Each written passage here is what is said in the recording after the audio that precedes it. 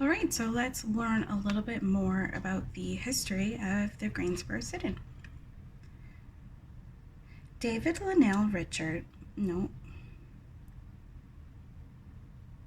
David Linnell Richmond, Joseph Alfred McNeil, Franklin Eugene McCain, and Aziel A. Blair Jr., now known as Jabril Kazan, were students at the North Carolina Agricultural and Technical State University, a historically black college. Frustrated by segregation and eager to bring about a change, they sparked a series of sit-ins that lasted for a period of years and spread from the South to northern and western states throughout America. By August 1961, more than 70,000 people took part in sit-ins. They were black and white, men and women, young and old, all passionate about the cause for equal rights. These sit-ins closely followed Dr. Martin Luther King Jr.'s strong belief in bringing about social change through nonviolence.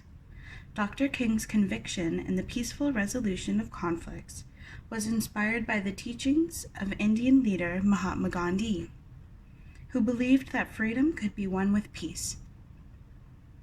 Dr. King carried this message publicly when he outlined the nonviolent protest approach as a means to guide participants in the Montgomery bus boycotts of 1955 and 1956. Dr. King's words served as guides for future protests, marches and rallies, and the sit-ins that began in Greensboro, North Carolina. Some disagreed with Dr. King's philosophy, though many embraced its value in moving civil rights forward. Ella Baker, an activist employed by the National Association for the Advancement of Colored People, the NAACP, worked alongside Dr. King on several civil rights initiatives. With Dr. King and the Southern Christian Leadership Conference, she organized the Crusade for Citizenship, a voter registration campaign that took place on February 12, 1958, and encouraged Black people to vote. 2 years later, Ella mentored the college students who were involved in sit-ins and helped them organize. The 3-day student leadership conference that took place at Shaw University in April 1960 hosted more than 200 students from all over the South. During the conference, the students formed the Student Nonviolent Coordinating Committee, the SNCC, to keep the cause for equality pressing onward.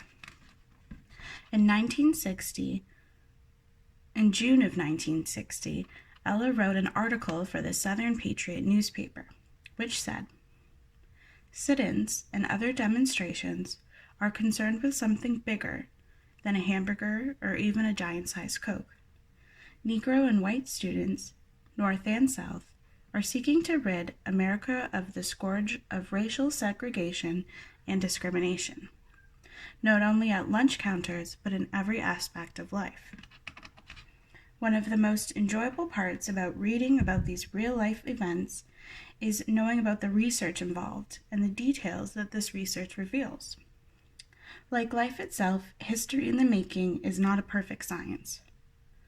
And interviews, oral histories of the Greensboro sit-in vary on the details.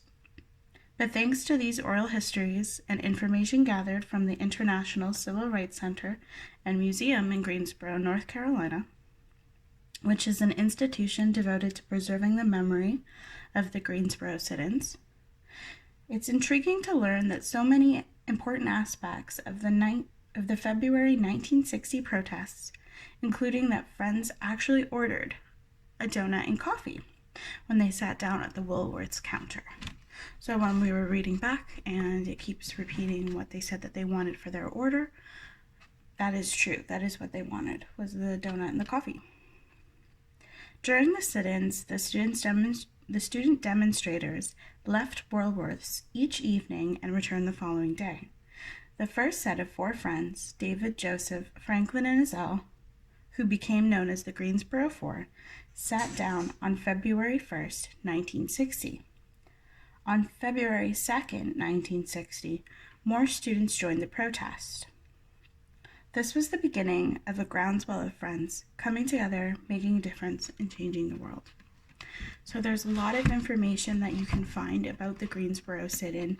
If you look up the International Civil Rights Center and Museum in Greensboro, it's actually the old Woolworths location that they turned into the museum. So there's a picture in a slideshow that I sent out, and that is in this, that shows you how the museum, or rather the old lunch counter, was changed into the museum, which is pretty cool.